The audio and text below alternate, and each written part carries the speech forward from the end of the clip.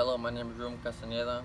I'll be presenting my debating against yourself speech. This one is part 2, the debate against the affirmative.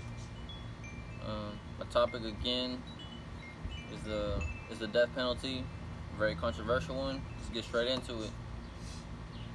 So, how I stand on it, the death penalty being wrong, I stand against it if it's being used against someone with a mental illness or disorder. I just feel like it's very wrong if someone is being punished for the crime they did without having any control over it. They're being controlled with the illness or disorder they have, not being able to get the help they need or get, not the medication, the help they need, being accompanied with someone if they may need that. And also I was looking through the illnesses and disorders, and schizophrenia is something I found that caught my eye. A lot of people had that, and that's when I checked all the killings.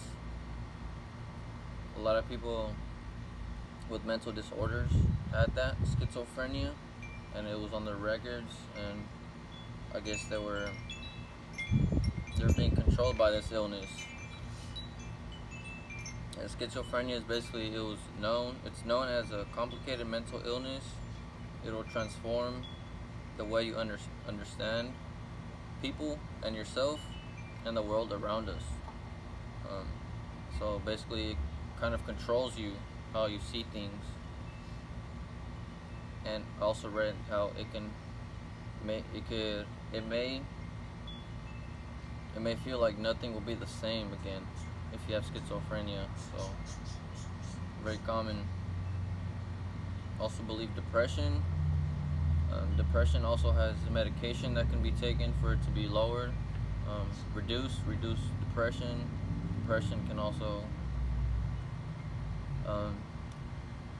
it'll affect you and maybe even control you at times. And people with depression should be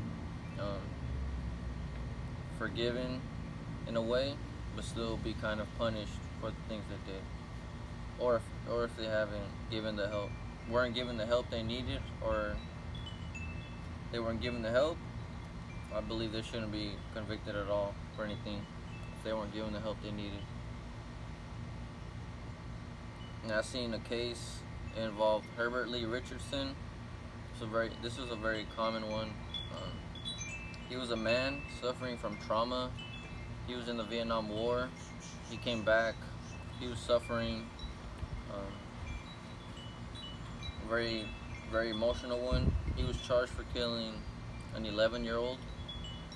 He put a pipe bomb under her porch, trying to scare her family, but the pipe actually went off and it killed her.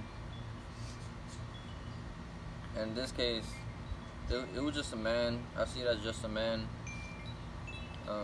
being traumatized from war, thinking she was an enemy of some sort.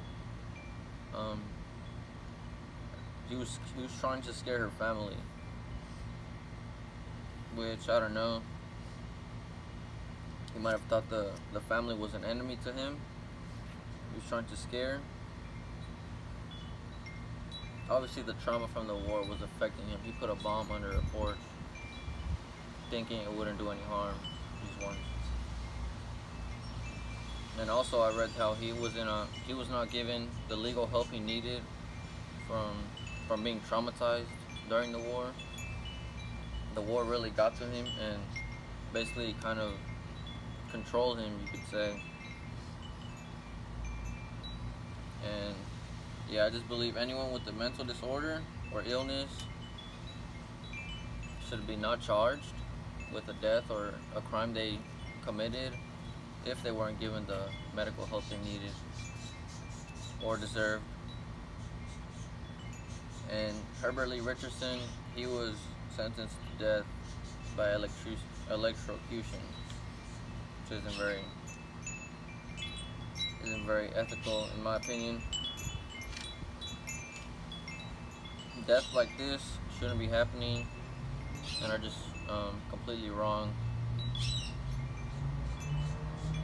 Also seen where there are also cases where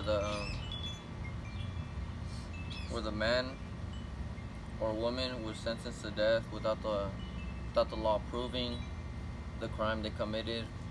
For example, someone can be charged. He or she would be sentenced to death for a crime that was not actually fully proven. They still had doubts, but they were still sentenced to death, thinking just initially just guessing that he or she did the crime. And that's when it's not very acceptable. That's a false accusation. Many bad things can happen that way. Many deaths, unmeaningful, just not very right deaths happen like that. And yeah, false accusations, and that's where I stand on the death penalty being very wrong and not being very ethical in my opinion. Thank you for watching. Part 2 done. Peace.